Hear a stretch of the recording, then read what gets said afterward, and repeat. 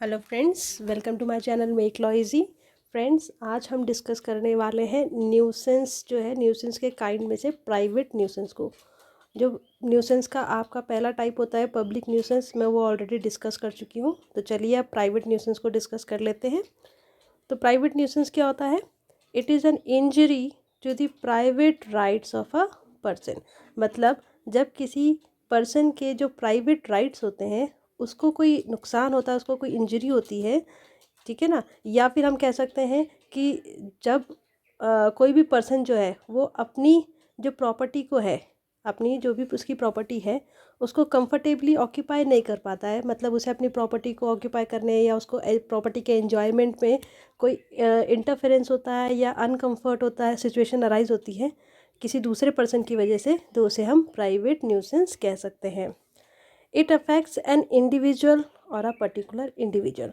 तो basically private nuisance क्या होता है कि ये किसी पर्टिकुलर इंडिविजुअल को, ठीक है ना, किसी पर्टिकुलर इंडिविजुअल जो है उसको आपका इफ़ेक्ट करता है। फाइन। अब हम बात करते हैं काइंड्स ऑफ प्राइवेट न्यूसेंस। जब हम बात करते हैं काइंड्स ऑफ प्राइवेट न्यूसेंस तो बेसिकली ये दो तरीके का हो सकता है कि एक, सबसे पहले किसी पर्सन जो है, किसी पर्सन की जो प्रॉपर्टी है उसको डैमेज अगर हो तो उसकी वजह से आपका जो न्यूसेंस क्रिएट हो रहा है।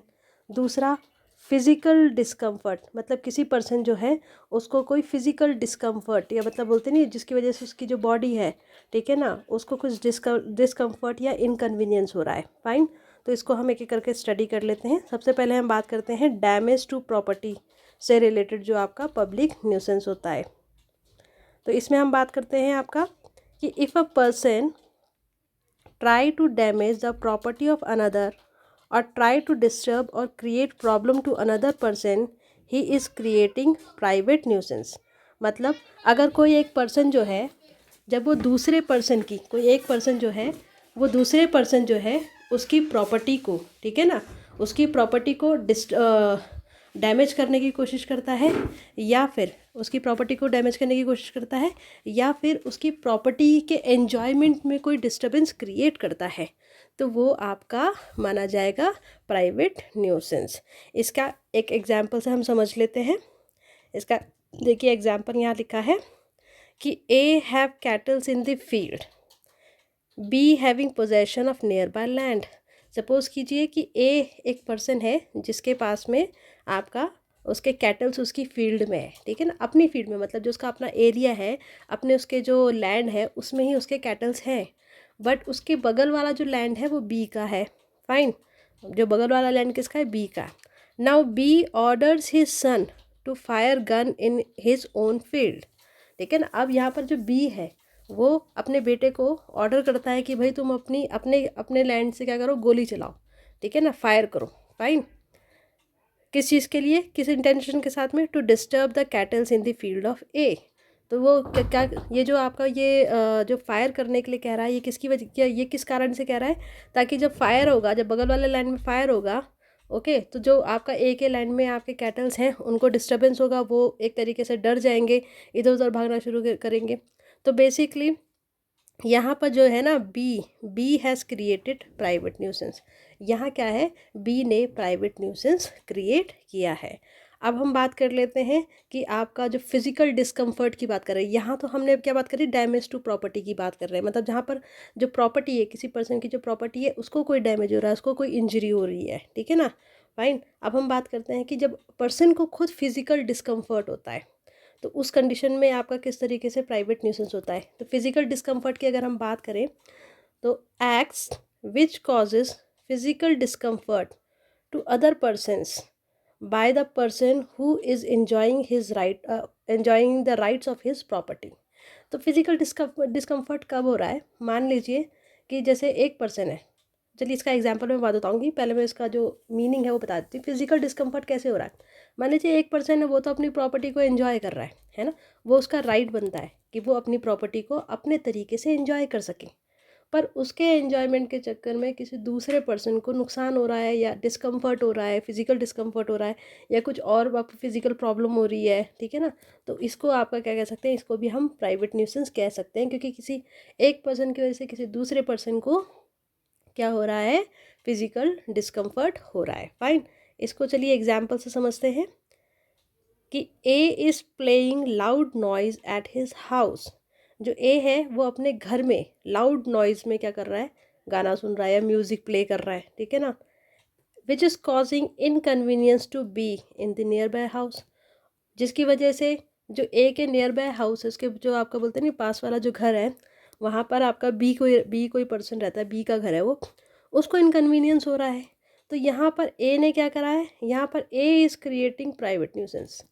मतलब ये उसका राइट ज़रूर है, ए का राइट ज़रूर है कि भाई वो अपने घर में कुछ भी करे, उससे कोई किसी को मतलब नहीं होना चाहिए। पर ऐसा नहीं होना चाहिए कि वो अपने घर में कुछ भी करे तो उससे दूसरे लोगों को अगर डिस्कम्फर्ट हो रहा है तो इसका मतलब वो न्यूसेंस क्रिएट कर रहा है। तो फ्रेंड्स, ये हमारा इसका जो प्राइवेट न्यूसेंस था, इसका भी मैं दोनों आपको वेराइटीज़ बता दी है कि प्राइवेट न्यूसेंस भी कितने टाइप्स का हो सकता है। अब हम बात करते हैं डिफेंसेस की, बात करते हैं कि डिफेंसेस आपके क्या क्या अवेलेबल होते हैं, है ना। तो डिफेंसेस की अगर हम बात करें तो बेसिकली आपका जो डिफेंडेंट है, मतलब जो न्यूसेंस क्रिएट कर रहा है, वही तो देखिए प्लेंटिव कौन होगा, जो सफरर होगा, जिसको हार्म हो रहा है। डिफेंडेंट कौन है, जिसको अपने आप को डिफेंड करने की ज़रूरत है, अपने आप को बचाने की ज़रूरत है, ठीक है ना। तो एक तरीके से डिफेंडर कौन हो गया, हम मान सकते हैं कि जिसने कोई रॉन्ग वर्क किया है, रॉन्ग एक्ट किया है, उसे हम डिफेंडेंट मान लेंगे। फाइन, तो तीन तरीके के आपके डिफेंसेस हैं इसमें। One is grant, another is prescription and the last one is statutory authority. तो ग्रांट की बात करते हैं सबसे पहले हम। When the defendant has right to do an act of nuisance under the terms of contract. अगर मान लीजिए जो डिफेंडेंट है, डिफेंडेंट जो है उसके पास में राइट है, ठीक है ना, डिफेंडेंट के पास में राइट है। किस चीज़ का राइट है, कोई एक्ट ऑफ न्यूसेंस करने का राइट है। मतलब कोई न्यूसेंस का जो एक्ट है उसको करने का राइट है, पर किसके according, under the terms of the contract. मतलब किसी कॉन्ट्रैक्ट की टर्म्स के अंडर अगर वो कोई एक्ट ऑफ न्यूसेंस कर रहा है, उसके पास में राइट है करने का, तो इस केस में वो इसका डिफेंस ले सकता है। देखिए ये हम प्राइवेट न्यूसेंस की बात कर रहे हैं, पब्लिक न्यूसेंस की में क्या डिफेंसेस है उसकी बात नहीं कर रहे हैं हम। पब्लिक न्यूसेंस में जनरली डिफेंसेस अवेलेबल नहीं होंगे, है ना।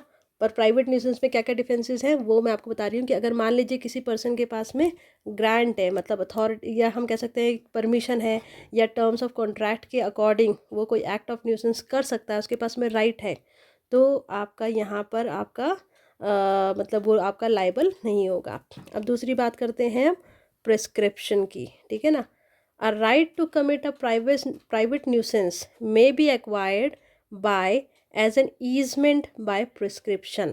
मतलब मान लीजिए हम कह सकते हैं कि जैसे ईजमेंट का राइट होता है, राइट टू ईजमेंट आपने सुना होगा। राइट टू ईजमेंट का मतलब होता है, जैसे आपका बोलता है right to way, right to way जो होता है वो एक तरीके से right to easement, right of easement होता है।